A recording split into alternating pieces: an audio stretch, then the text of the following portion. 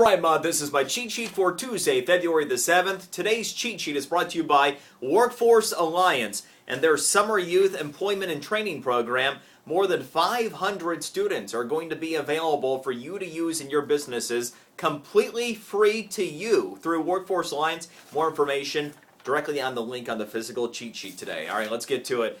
So the smartphone wars, holy cow, there's no battle anymore. And the one thing that is stark is how quickly BlackBerry has actually died. Get this, we had the fourth quarter sales numbers.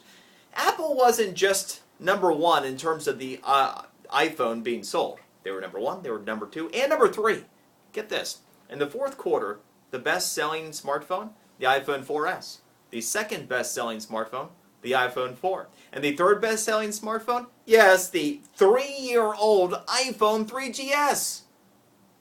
Even their 3-year-old product sold more than anybody else sold, even with the new ones.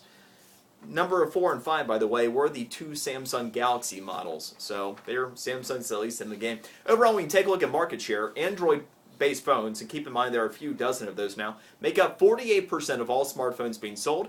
iPhones make up 43% of the marketplace. Everything else, so the BlackBerries, the Windows phones, everything else, only 9% of the overall smartphone market.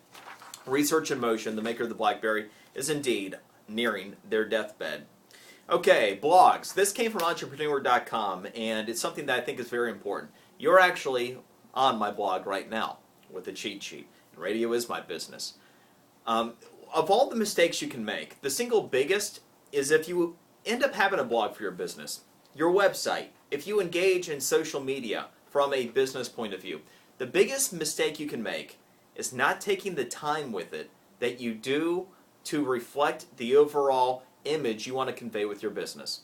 In other words, for me, and I made these mistakes early on, my priority was what I did on air, because that's why I was hired. That's what I am primarily supposed to be doing.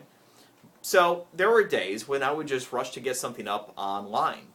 I didn't have enough time, and sometimes I didn't make enough time to go back through, make sure that everything had been proofread. I might have typos, spelling errors. And it finally hit me one day, because there are any number of people that love to tell me anytime I've made a mistake with something. And so I dealt with some of those from time to time, but one time I got a note from somebody that said, "I thought you were smarter than that." Well, that one hit me right between the eyes. And they were exactly right.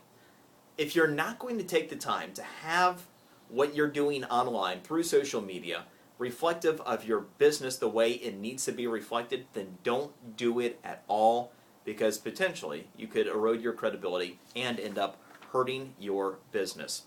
And here's one that makes me want to shed a tear. I knew the day was going to come where the Super Bowl would be less about the game and more about everything else. We're there.